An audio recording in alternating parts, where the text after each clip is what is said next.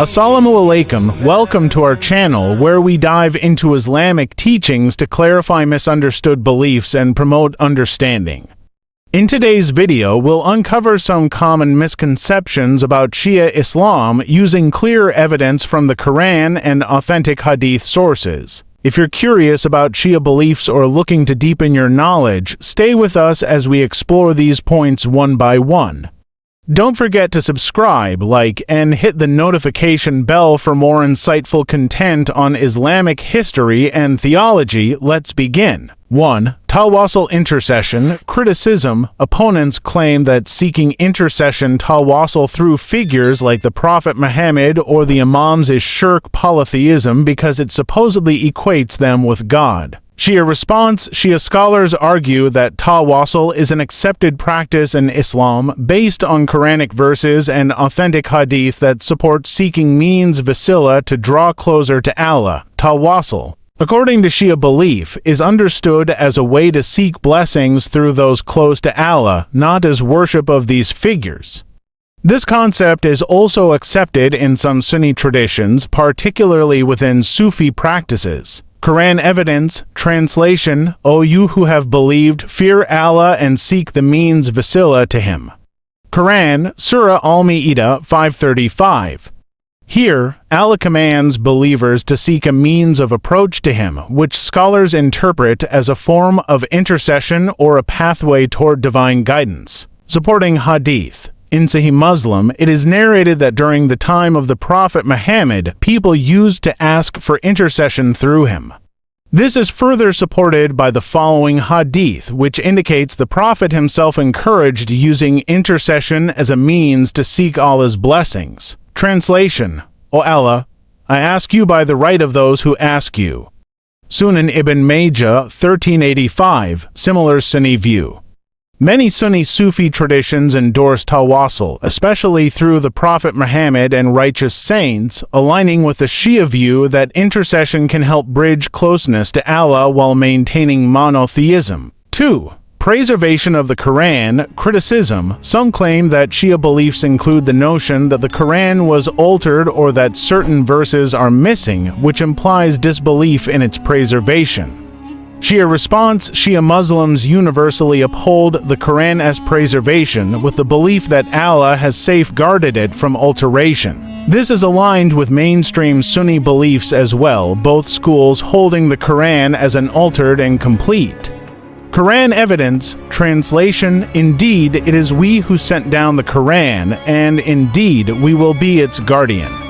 Quran, Surah Al-Hayr 15-9. This verse confirms that Allah himself has taken responsibility for preserving the Quran, a concept that Shia and Sunni scholars alike endorse. Supporting Hadith. The Hadith literature in Sahih Bukhari also confirms that the Quran was collected and preserved in the form that exists today, reinforcing that no alteration has occurred. Translation. Abu Bakr said to Umar and Zayd bin Thabit, sit at the door of the mosque, and whoever brings you proof of something from the Book of Allah, write it down. Sahih Bukhari, Book 66, Hadith 509. Similar Sunni view, both Sunni and Shia schools agree that the Quran was preserved by early companions and divine protection, refuting any allegations of alteration. 3. Mut'a temporary marriage. Criticism. Mut'a is viewed by critics as a form of legalized promiscuity or adultery, undermining the sanctity of marriage. Shia response. Mut'a was permitted by the Prophet Muhammad as recorded in both Shia and Sunni sources with its basis in the Quran. Shia scholars argue that the practice was temporarily permissible to address specific circumstances and that it was never abrogated, as some Sunni schools claim. Quran evidence. Translation. So for whatever you enjoy of marriage from them, give them their due compensation as an obligation. Quran, Surah An-Nisa 424. This verse addresses a type of marital arrangement with conditions attached to it, which many scholars interpret as a form of permissible temporary marriage, supporting Hadith. In both Sunni and Shia sources, Hadith indicate that Mut'a was practiced during the Prophet's time. For example, Translation: we used to practice matah during the time of the Prophet and Abu Bakr. Sahih Muslim 1405. Similar Sunni view. Some Sunni schools accept that matah was originally permissible and consider it only later disallowed. This reflects a historical acceptance of the practice among Sunni scholars. For praying on turba clay tablet, criticism: some argue that Shia Muslims prostrate on a clay tablet often made from soil of Karbala, called turba, as a form of shirk, implying that the prostration is directed toward the soil rather than Allah. Shia response: Shia Muslims clarify that prostrating on natural earth materials is rooted in the practice of the Prophet Muhammad and that it simply reflects respect for the earth's purity as a permissible surface for sujud prostration. The turba is used as a clean, natural substance in accordance with Islamic guidelines for prostration surfaces, not as an object of worship. Qur'an evidence, Arabic. Translation: and we have made the earth as a bed for you. Qur'an, Surah An-Naba 78-6. The Qur'an frequently mentions the purity of the earth, symbolizing its appropriateness for prostration. Supporting Hadith, the Prophet Muhammad emphasized prostration on natural ground. In Sahih Bukhari, it's reported that he prostrated on soil during his prayers. Translation: I saw the Prophet praying with traces of soil and mud on his forehead. Sahih Bukhari, Book 12, Hadith 798. Similar Sunni view. Many Sunni scholars recognize that prostration on natural earth or clean surfaces, like stones and sand, aligns with the Sunnah. It's not uncommon in some Sunni traditions to prefer praying on natural surfaces over carpets or other materials. 5. Joining prayers salat 3 times a day. Criticism: the practice of combining prayers during Asr and Maghrib Isha into 3 sessions instead of 5 is often questioned, with critics claiming that it undermines the structure of daily worship. Shia response: Shia Muslims reference authentic sources to show that the Prophet himself combined prayers on certain occasions, even without specific reasons such as travel or illness. Shia scholars consider this practice permissible, emphasizing that it doesn't eliminate any prayer but rather combines the times freeze. Qur'an evidence, translation: establish prayer at the decline of the sun until the darkness of the night, and also the Qur'an at dawn. Qur'an, Surah Al-Isra 17-78. This verse highlights 3 general periods for prayer, which Shia scholars interpret as permission for combining certain prayers. Supporting Hadith, in Sahih Muslim, it's recorded that the Prophet combined prayers without specific reasons, indicating its permissibility. Translation: the Messenger of Allah used to combine Dur and Asr and Maghrib and Isha without fear or travel. Sahih Muslim, Book 6, Hadith 15-16. Similar Sunni view. Many Sunni scholars accept that combining prayers is permissible under certain conditions, acknowledging the Prophet's practice as recorded in their Hadith collections, calling upon Ali, Hussein, and other figures in dua. Criticism: critics argue that invoking the names of figures like Imam Ali or Imam Hussein in prayers equates to associating partners with Allah shirk. Shia response: Shia Muslims clarify that they invoke the names of pious figures as a form of seeking their intercession and blessings tawassul and not as worship. They emphasize that such invocations are a means of seeking closeness to Allah through the spiritual standing of these individuals. Qur'an evidence. Translation: and if, when they wronged themselves, they had come to you, O Muhammad, and asked forgiveness of Allah and the Messenger had asked forgiveness for them, they would have found Allah accepting of repentance. Qur'an, Surah An-Nisa 4-64. This verse highlights that seeking the intercession of the Prophet can be a means to attain Allah's forgiveness, supporting Hadith. A similar practice of asking the Prophet for intercession even after his passing is noted in Sahih Hadith literature. Translation: O Allah, I ask you by the right of your Prophet Muhammad. Sunan Ibn Majah 1385.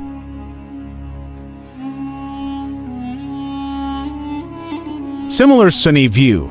Many Sufi Sunni traditions also accept tawassul, involving invocation through righteous figures without the implication of worshipping them. 7. Visiting grave ziyara, criticism. Some claim that visiting graves, especially those of revered imams, promotes grave worship and idolatry. Shia response: Shia Muslims clarify that visiting graves ziyara is encouraged to honor and remember the deceased and serves as a reminder of mortality. It does not imply worship of those buried, but rather respects the memory of pious individuals. Qur'an evidence, Arabic.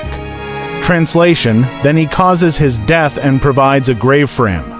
Qur'an, Surah Abasa 80-21. The Qur'an acknowledges graves as a natural part of human existence, with respect toward them being a part of Islamic tradition. Translation: Then after them, he raised up successors who pray, i.e., remember at their graves. Qur'an, Surah Al-Kahf 18-21. This verse references remembrance at graves, showing it is permissible to seek reflection and humility by visiting graves. Supporting Hadith, the Prophet Muhammad is reported to have visited graves and prayed for the deceased. Translation: Visit the graves, for indeed they remind you of the hereafter. Sahih Muslim 976. Similar Sunni view. Visiting graves is accepted in many Sunni traditions, particularly Sufism, as a means of reflection and remembrance of Allah. 8. Mourning ceremonies azadari for Imam Hussein and martyrs. Criticism: Opponents criticize Shia mourning ceremonies, particularly for Imam Hussein, as excessive and believe that these ceremonies contradict the teachings on patience and acceptance. Shia response: For Shia Muslims, mourning azadari for Imam Hussein honors his sacrifice and upholds the values he stood for, such as justice, truth, and resistance to oppression.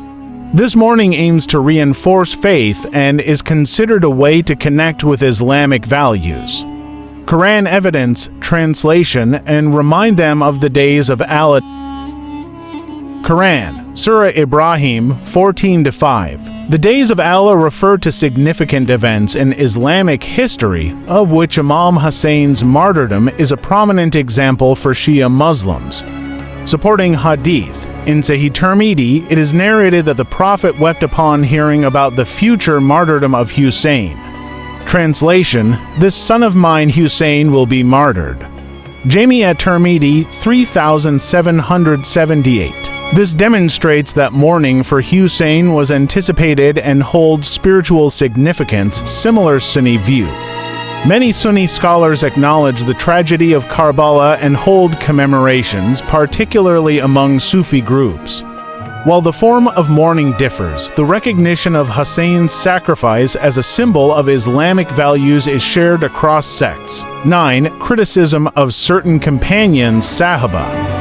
Criticism: Shia Muslims face criticism for questioning the actions of certain companions after the Prophet's passing, which some Sunni groups view as disrespectful. Shia response: Shia Islam respects the Prophet's companions who were steadfast in faith and committed to justice. However, historical analysis of actions, particularly concerning those who opposed the rights of the al-Bayt, is considered essential for a balanced view. Qur'an evidence, Arabic. Translation: And the foremost in faith are the foremost in piety. Qur'an, Surah Al-Waqi'ah 56-10. This verse allows for the distinction based on one's actions, supporting the view that respect is given to those who uphold truth and justice. Supporting Hadith, the Prophet's Hadith of Thaqalain, reported in both Sunni and Shia sources, emphasizes following both the Qur'an and the al-Bayt. Translation: I am leaving among you to precious things, the Book of Allah and my family, my al-Bayt. Sahih Muslim 2408. This guidance implies loyalty to the al-Bayt, especially in matters where their rights were affected as part of Islamic adherence. Similar Sunni view. While opinions vary, some Sunni scholars accept a critical historical approach to understand the companions' actions. This aligns with a Shia view that respects the companions yet acknowledges varying degrees of loyalty and actions. 10. Following the massive infallible descendants for religious guidance. Criticism. Some Sunni scholars believe placing exclusive religious authority in the descendants of the Prophet limits the broader intellectual contributions of the Muslim community. Shia response. Shia Islam places primary religious authority with the Prophet's pure descendants due to their knowledge, character, and closeness to the Prophet. This approach, they argue, safeguards the original teachings of Islam, Qur'an evidence. Translation. Allah intends only to remove from you impurity, O people of the Prophet's household, and to purify you completely. Quran, Surah Al-Ahzab 33-33. This verse affirms the purity of the al-Bayt, indicating a special status that supports their role as guides supporting Hadith. The Hadith of Thaqalain, accepted by both Sunni and Shia, emphasizes that the Quran and al-Bayt remain as twin sources of guidance. Translation. I am leaving among you to precious things, the Book of Allah and my family, my al-Bayt. Sahih Muslim 2408. This hadith reinforces the unique role of the al-Bayt as central figures for Islamic teachings and guidance, similar Sunni view. Many Sunni Sufi scholars and groups express respect and reverence toward the al-Bayt, recognizing their spiritual authority and contribution to Islamic teachings, showing a partial alignment with the Shia perspective. In summary, Shia Islam emphasizes following the infallible Muslim descendants of the Prophet Muhammad (PBUH), the al-Bayt, viewing them as divinely guided protectors of his teachings. This perspective is based on a belief in their spiritual purity and profound understanding of Islamic knowledge. The Hadith of Thaqalain, found in both Shia and Sunni sources, illustrates this principle. In it, the Prophet Muhammad PBUH states, translation, I am leaving among you to weighty things, the Book of Allah and my family al-Bayt. Sahih Muslim, Book 44, Hadith 2408. Shia Muslims hold this hadith as a directive to follow the Prophet's family closely.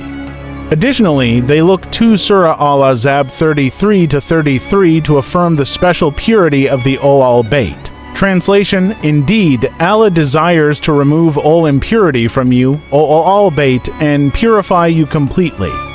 In contrast, Sunni traditions respect the al-Bayt but generally place greater reliance on a wider array of scholars and legal schools taqlid for Islamic jurisprudence. While many Sunni scholars also revere the Hadith of Thaqalain, it's particularly emphasized in Shia theology, where adherence to the Prophet's family forms a core part of religious practice. Through these principles, Shia Muslims affirm the unique role of the Prophet's family as trusted guides, aiming to preserve the integrity and essence of Islam directly from its source. Finally, at the heart of these discussions lies the significant hadith, Man kunta Mawla, Fahaza Ali Mawla, for whomever I am the leader Mawla, Ali is his leader, referenced in Sahih Tirmidhi, Hadith 3713.